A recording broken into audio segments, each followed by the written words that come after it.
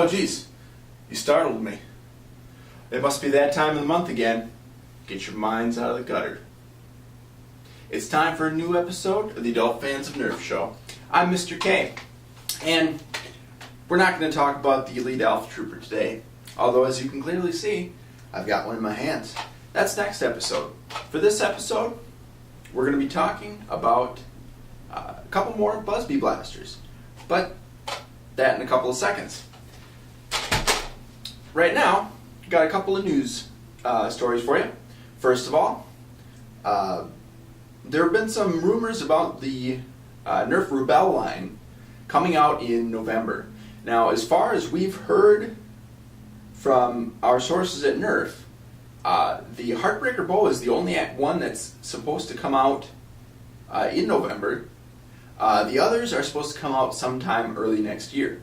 Now, whether this is actually how it's going to play out, we're not sure, but that's the last that we've heard. We've seen that My Last Dart has had some information from a website, soundmedia. I think it was CH, that said they were all coming out in the end of November.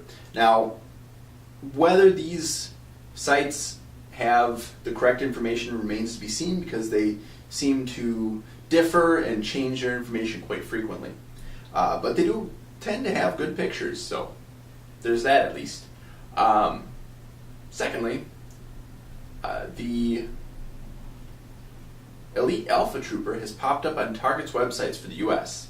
And with that comes the DCPI number, which allows you to walk into a Target store and talk to somebody who has a scanner and find out if your store is carrying the Elite Alpha Trooper. If it is, sometimes they will go in back and bring a blaster out for you. Go to basicnerf.wordpress.com to find the DCPI number and go to your local Target and ask around. Can't hurt. The last bit of news we have is actually Adult Fans of Nerf news. I would like to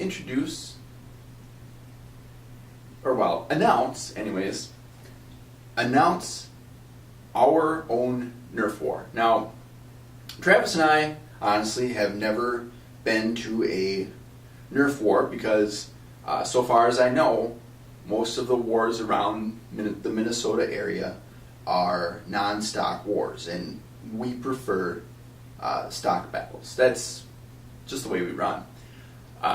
So this, we're going to call it MAW, M-A-W, the Minnesota Adult Fans of Nerf War. So MAW will be June 15th, 2013, and you can learn exactly where and our rules and what games we're going to play at our website, maw.afon.us.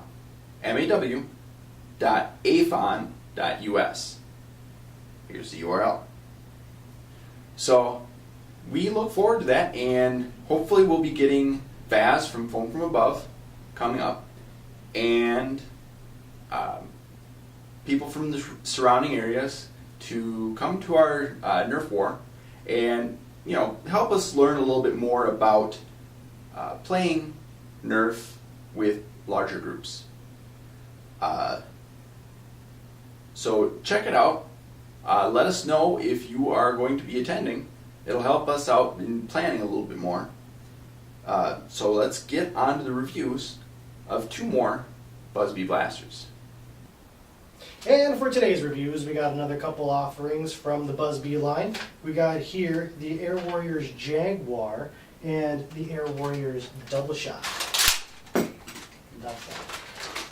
So Buzzbee is always trying to improve themselves, and they keep doing it in innovative ways. This little guy, the Double Shot, is pretty cool. I'm going to talk about him first.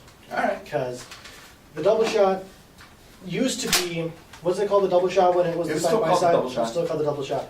So they changed the old Double Shot to an over and under barrel with keeping all the same functionality. It still has the same kind of rope. If you bend this too far, it's going to snap in half type priming mechanism, and the same cartridges, which I just love these things. It's so satisfying to actually have shells eject from the barrels of your gun when you're blaster, when you're done firing it. So those are really cool.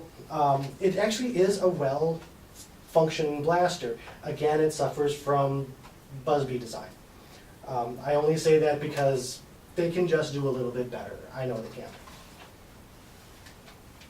But overall, it's basically the same double shot, just in an over-under style instead of side-by-side. Yeah. Honestly, the Buzzbee double shot is probably one of my favorite Buzzbee blasters, and it has been. I own the original side-by-side version, and I was glad to pick this up because it's just as functional, but it's flat, more flat than the other one. And I like the fact that it's flat because it just makes it a little easier to carry. It is, and it's a nice one that you can get a sling for and put behind your back. I've seen some people with the double shots do some really awesome custom paint jobs that make them look a lot more realistic, and it really has that design to achieve that look. For what it is, it's good. It's really good. Do it again. All right, so now the Jaguar. Another good form, really good design. I like the look of this one a little bit more than the double shot, whatever. I just wish it had a little bit more paint applications. It could be a lot better instead of just being two-toned if they just jazzed it up with some extra detail. I like the way it fires too. It almost looks like a precursor to modern clip-fed blasters. Not necessarily in a bad way. It doesn't have a barrel, but it fires pretty well with that one. The 6-round, it is 6 rounds. Clip kind of moves up when you prime it, and it's just kind of a single shot. That's where it fired better before. It's not firing very well because I put the darts from the... the thick foam darts. Yeah, from the Rangemaster, is that what it's called? So it's not going to fire very well. No. It was a test. Those stick on the posts too much. They really get jammed in there. But the last one, much better. Much better. Much better. So not all darts are created equal in the Buzzbee line. Those more dense foam darts for the Rangemaster don't quite work in all blasters. And I don't think the clip comes out at this one at all. It does not come out this way at all. So when it gets all the way to the top, you just push it down and don't pull it out because that would hurt it. You probably break it. Probably break it. But for what it is, it's another one that when you have the right ammo, and it actually does work really well. And I kind of jinced that out. So I'm going to put a couple real rounds in there and show you guys a little bit more how it fires.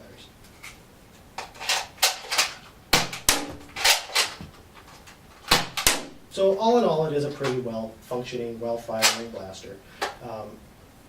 Not too bad. Buzzbee does have good ones every once in a while. Absolutely. I don't really care for it too much, just because of the way that the clip works and the fact that it doesn't have a barrel. I mean, yeah, Nerf has offerings that don't have barrels, but the front of the gun just doesn't seem complete on this particular blaster. It just doesn't feel whole to me. Doesn't quite, but also if they utilize, there's these tabs here, maybe they could have barrels that attach onto it.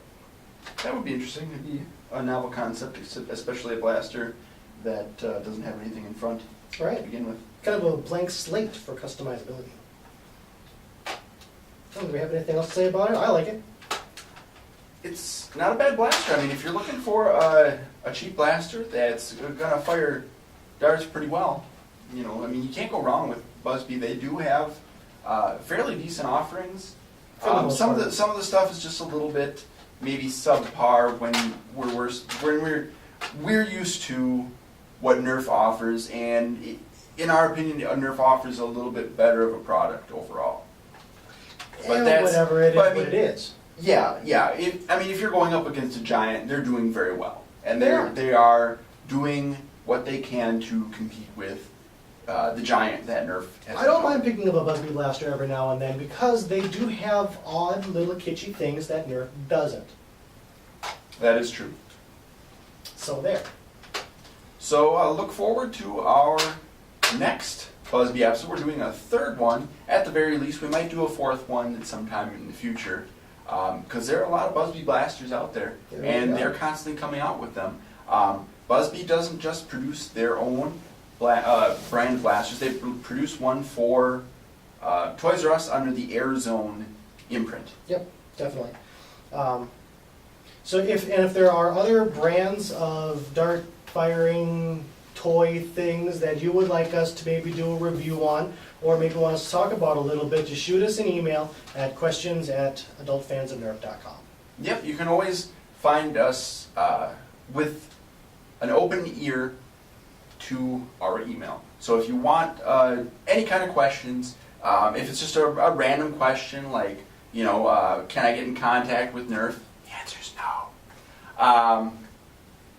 But you can give your comments to us. We also do have contact with Nerf, so we can deliver opinions to them, which we do ourselves anyways. And Buzzbee, if you're watching, please send us some of your products because we want to review more of your products. Some of them are just hard to find. Some of them are, yeah. The offerings are slim to nil, and you end up finding a lot of the same blasters at every different store you go to.